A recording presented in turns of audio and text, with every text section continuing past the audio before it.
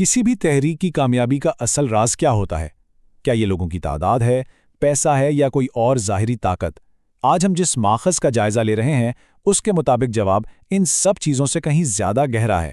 جواب ہے اس تحریک کی اخلاقی بنیادیں۔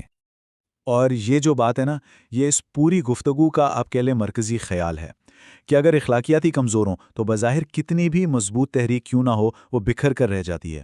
تو پھر سوال یہ اٹھتا ہے کہ کیا کامیابی کا انحصار وسائل اور تعداد پر ہے یا کسی اس سے بھی گہری چیز پر؟ اچھا، تو یہ جو سارے اصول ہیں جن پر ہم آج بات کریں گے، یہ سید ابوالعلا مودودی کے بیان کردہ اخلاقی ڈھانچے پر مبنی ہیں۔ یہی وہ فکری کام ہے جو ہماری آج کی گفتگو کی بنیاد ہے۔ تو چلیں سب سے پہلے اس بنیادی سوال کو دیکھتے ہیں کہ آخر تحریکیں ناکام ہوتی کیوں ہیں۔ اب یہاں پر ایک بہت ہی دلچسپ، شاید حیران کن بات سامنے آتی ہے۔ ہم عام طور پر یہی سوچتے ہیں کہ تحریکیں وسائل نہ ہونے کی وجہ سے ناکام ہو جاتی ہیں، لیکن اس ماخذ کا استدلال یہ ہے کہ اصل وجہ اخلاقی کمزوری ہے۔ یہی نظریہ اس پوری بحث کا محور ہے۔ اچھا، تو اگر اخلاق اتنا ضروری ہے تو اس کی تعمیر شروع کہاں سے ہوتی ہے؟ ماخذ کے مطابق ہر چیز کا آغاز فرد کے اندر سے ہوتا ہے، اس کے باطنی کردار کی تعمیر سے۔ باطنی کردار کی 3 بنیادیں ہیں: خلوص نیت یعنی ارادے کی پاکیزگی، صبر و استقامت یعنی مشکلوں میں ڈٹے رہنا، اور انکساری یعنی عاجزی۔ آئیے ذرا ان کو ایک ایک کر کے دیکھتے ہیں۔ تو پہلی چیز ہے خلوص نیت۔ اس کا مطلب کیا ہے؟ اس کا سیدھا سا مطلب یہ ہے کہ ہر کام کا مقصد کوئی ذاتی فائدہ، شہرت یا عہدہ حاصل کرنا نہیں، بلکہ صرف اور صرف خدا کی خوشنودی ہو۔ ماخذ کے مطابق یہی وہ چیز ہے جو کسی بھی عمل کو حقیقی قدر دیتی ہے۔ پھر آتی ہے بات صبر اور استقامت کی۔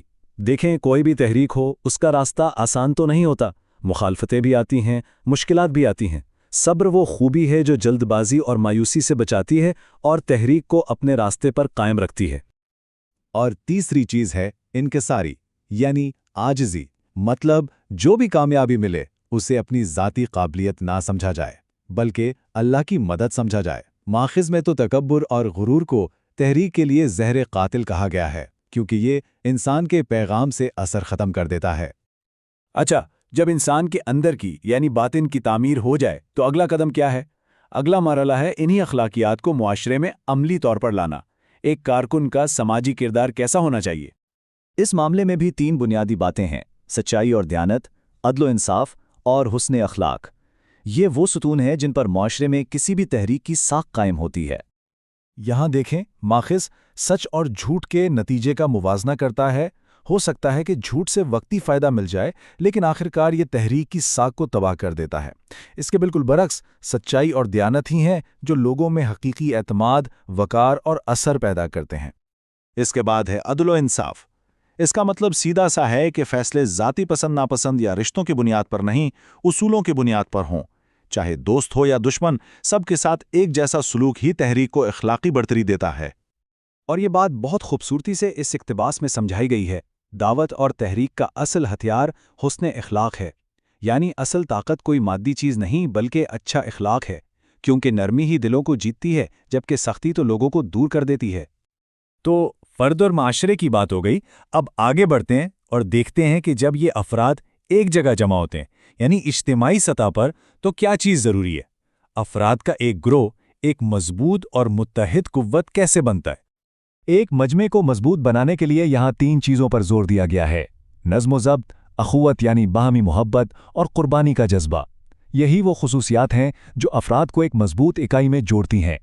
سب سے پہلی اور اہم چیز ہے نظم و ضبط۔ ماخذ کے مطابق اس کے بغیر کوئی تحریک آگے بڑھ ہی نہیں سکتی۔ اختلاف رائے کی اجازت تو ہے، لیکن جب کوئی فیصلہ اجتماعی طور پر ہو جائے تو پھر اس کی پابندی سب کے لیے ضروری ہے۔ پھر آتی ہے اخوت یعنی بھائی چارہ۔ یہاں ایک بہت ہی خوبصورت مثال دی گئی ہے کہ تحریک کے لوگ صرف ایک ہجوم نہیں بلکہ ایک جسم کی طرح ہیں۔ ان کا آپس کا رشتہ محبت، خیرخواہی اور ایک دوسرے کی مدد پر مبنی ہوتا ہے، حسد یا بدگمانی پر نہیں۔ اور آخر میں قربانی کا جذبہ۔ دیکھیں، جب تحریک اصولوں کی ہو، ذاتی مفاد کی نہیں، تو ظاہر ہے وہ اپنے لوگوں سے وقت، مال اور آرام کی قربانی مانگتی ہیں۔ یہی جذبہ تحریک کی اصل جان ہے۔ اچھا، یہ سارے اصول تو ٹھیک ہیں، انفرادی بھی، معاشرتی بھی اور اجتماعی بھی، لیکن ان سب کو آپس میں جوڑتا کیا ہے؟ ان سب کا اصل مقصد کیا ہے؟ آخر ان تمام اصولوں کو اپنانے کا حتمی مقصد کیا ہے؟ اس پوری جدوجہد کا حاصل کیا ہونا چاہیے؟ تو اس سوال کا جواب ماخذ بہت واضح طور پر دیتا ہے۔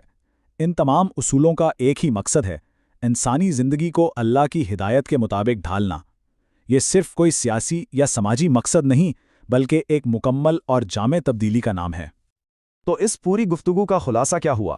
خلاصہ یہ ہے کہ اصل کامیابی کا راز نعروں یا تنظیمی ڈھانچوں میں نہیں، بلکہ ان اخلاقی بنیادوں کو اپنی عملی زندگی میں لانے میں ہے۔